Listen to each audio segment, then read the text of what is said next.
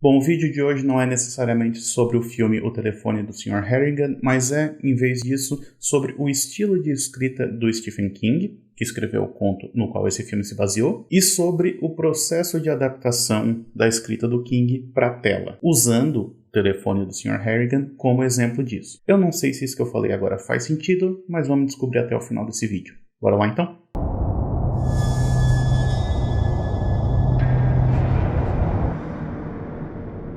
Olá pessoal, sejam muito bem-vindos a mais um vídeo aqui do canal 7 Marte. Eu sou Daniel e nesse vídeo de hoje eu quero conversar então um pouquinho com vocês sobre o filme O Telefone do Sr. Harrigan, que é o novo lançamento da Netflix. Vamos começar então falando um pouquinho sobre o filme em si, do que ele se trata, né? Ele se passa numa cidade pequena e acompanha um jovem que trabalha para um bilionário que reside lá naquela região, lendo livros para ele. O que acontece é que esse bilionário, que é interpretado pelo Donald Sutherland, ele já está bem velho e ele não enxerga mais direito. E aí ele pede ajuda desse jovem então para ler os livros para ele. Eles estabelecem uma certa relação que de início não dá para dizer bem que é uma amizade, mas eles passam bastante tempo juntos. Tanto é que os anos passam, o menino cresce e ele continua trabalhando para esse senhor. E também é estabelecida uma certa rotina de que a cada ano esse bilionário ele dá de presente pro menino aquelas raspadinhas, que eu nem sei se existe hoje em dia ainda, né? Mas é aquele negócio lá que você tinha que raspar para ver se ganhava um prêmio. O filme se passa na primeira década dos anos 2000, então é por isso que talvez isso estivesse presente ainda naquela época. Eu não sei se tem até hoje realmente. Mas ele também se passa na época do lançamento do primeiro iPhone, e isso é importante para a história, porque em certo momento o menino faz aniversário, ele ganha um iPhone de presente, e ele também ganha uma raspadinha dessas que acaba sendo premiada. Então ele tem o telefone e o dinheiro também. E ele usa esse dinheiro para comprar um outro iPhone para dar de presente para esse bilionário. Porque o cara era meio recluso, ele não usava telefone, não gostava muito de tecnologia. Mas ele resolve então dar esse telefone para ele, usando a desculpa de que, olha, você pode usar esse telefone para poder ver o mercado de ações em tempo real, para poder ler notícias em tempo real, sem precisar esperar até o dia seguinte, esse tipo de coisa que hoje em dia já é banal, né? Mas que naquela época foi uma grande revolução. E aí esse senhor acaba aceitando o presente, eles começam a conversar usando o telefone e eventualmente esse senhor morre. Isso não é nenhum spoiler, está no trailer do filme. Aliás, o trailer do filme meio que conta o filme todo, mas eu vou tentar evitar um pouco dos spoilers aqui.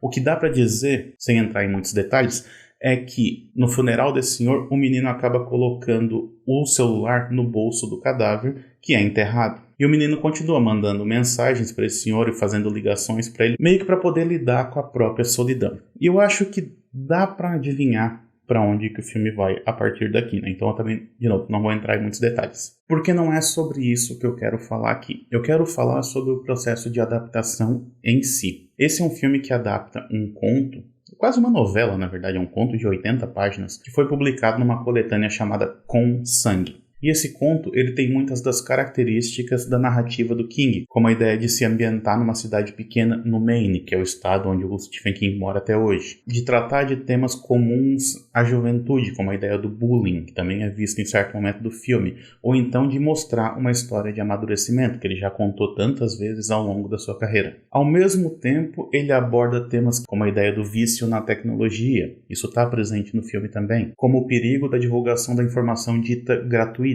só que na verdade ela não é gratuita. Assim como, é claro, uns toques de elementos sobrenaturais. Mas o filme não necessariamente é sobre isso. Porque se nos contos mais curtos o Stephen King ele tende a ser mais direto ao ponto, nesses contos mais longos, ou então nos seus romances, ele tende a ser mais verborrágico, ele tende a se estender por mais tempo. E isso é proposital, faz parte do estilo dele. É por isso que volta e meia, nas introduções ou conclusões dos livros dele, ele abre um diálogo com o seu leitor recorrente, ele fala com o leitor em primeira pessoa, como se fosse uma espécie de amizade entre os dois. Então ele estabeleceu essa relação que funciona quase como uma reunião de amigos, sabe? Tipo, a gente se reúne para ler as histórias que ele está contando pra gente, e a gente gosta das histórias desse jeito, nesse estilo de escrita. Que não é um estilo de escrita que todo mundo gosta, porque, como eu disse, ele é mais verborrágico, ele dá contornos que às vezes parecem desnecessários e talvez até sejam, mas que o fã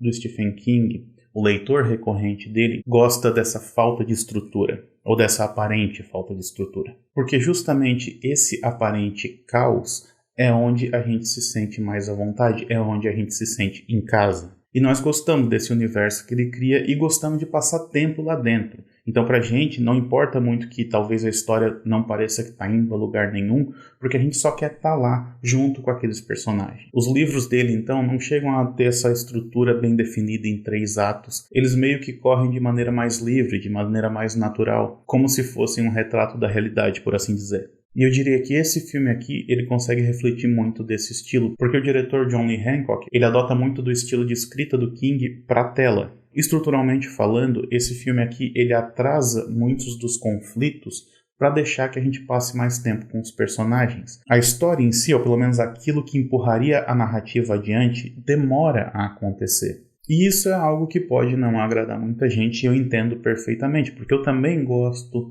de um filme que seja bem estruturado, que siga uma certa linha narrativa. Só que esse filme aqui, pra mim, ele não tá se baseando tanto na linguagem cinematográfica, ele tá mais se baseando na linguagem da escrita do Stephen King.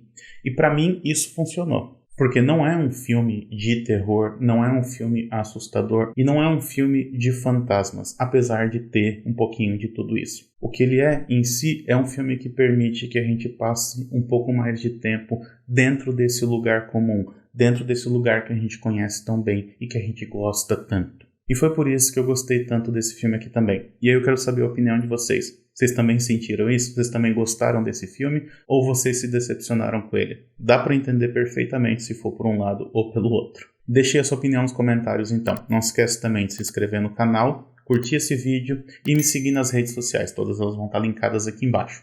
A gente se vê na próxima então. Até mais. Tchau, tchau.